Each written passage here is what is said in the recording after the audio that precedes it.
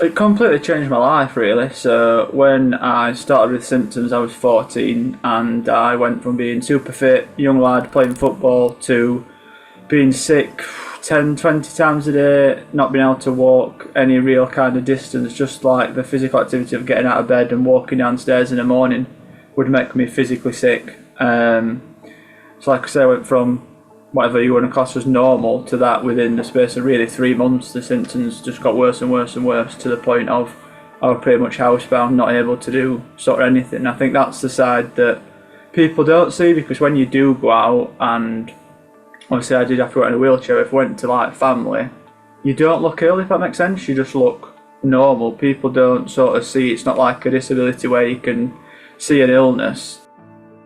Once you actually see you being sick multiple times and not getting any better, I think it's a bit of realisation for people.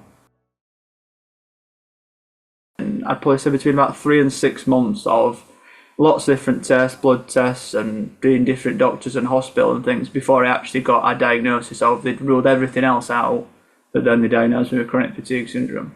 Like, I'd gone from running about in a field to not being able to walk to like I was 14, my whole life in front of me. So they told me I might never walk again, to pretty much give up on all my dreams and anything I want to do, because they just couldn't predict the future at all of what it would look like for me. School was through the hospital, so somebody used to come to the house. I think I got about 6 hours, so it wasn't a lot, 6 a week, and I got enough qualifications so that I could move on to college.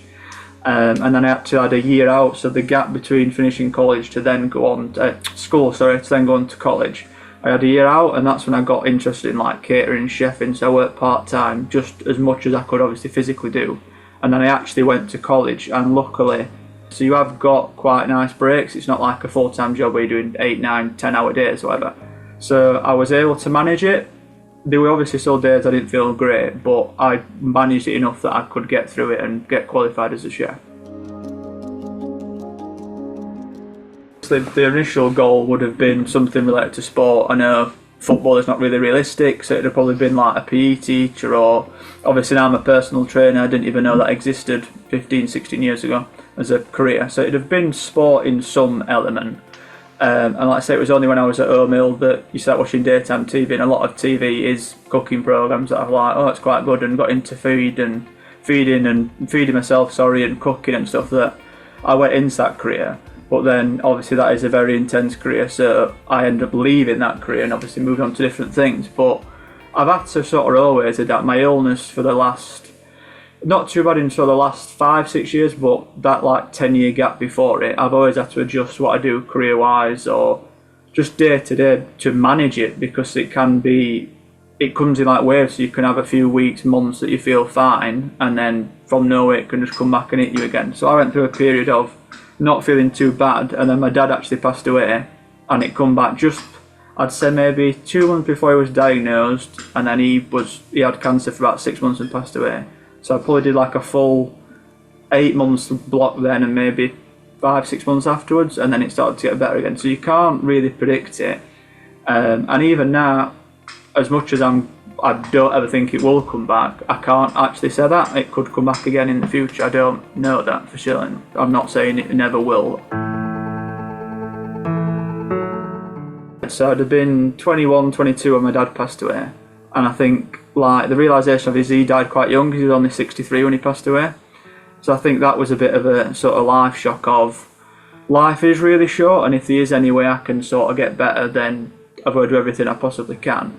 Not that I would never try to get better, if you know what I mean, but it would like whatever I can physically do. If it's doing more, eating better, looking into, like I say, different things, then that's what I've got to do, because I do want a life, if you know what I mean.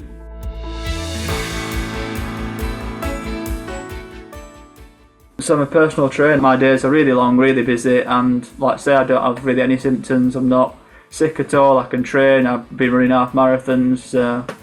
Totally back to like the old me.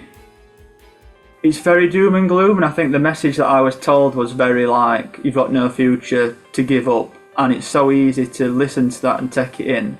And I think I am probably a bit stubborn with stuff like that, that if someone tells me I'm not going to do it, I'm going to be like, I'm going to prove you wrong. So I think I'd just be like, keep being stubborn and believe that you will get better one day. And I think somewhere deep down inside me there was always a belief of this has happened for a reason and you are going to get better.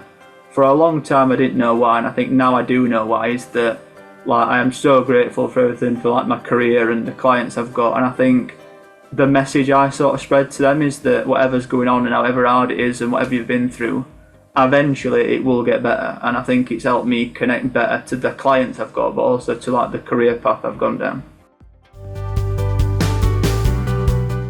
Just because you might look okay doesn't necessarily mean you are. I do want you to sort of stick in there and think that, like I said, one day you can do whatever you've always wanted to do, sort of thing.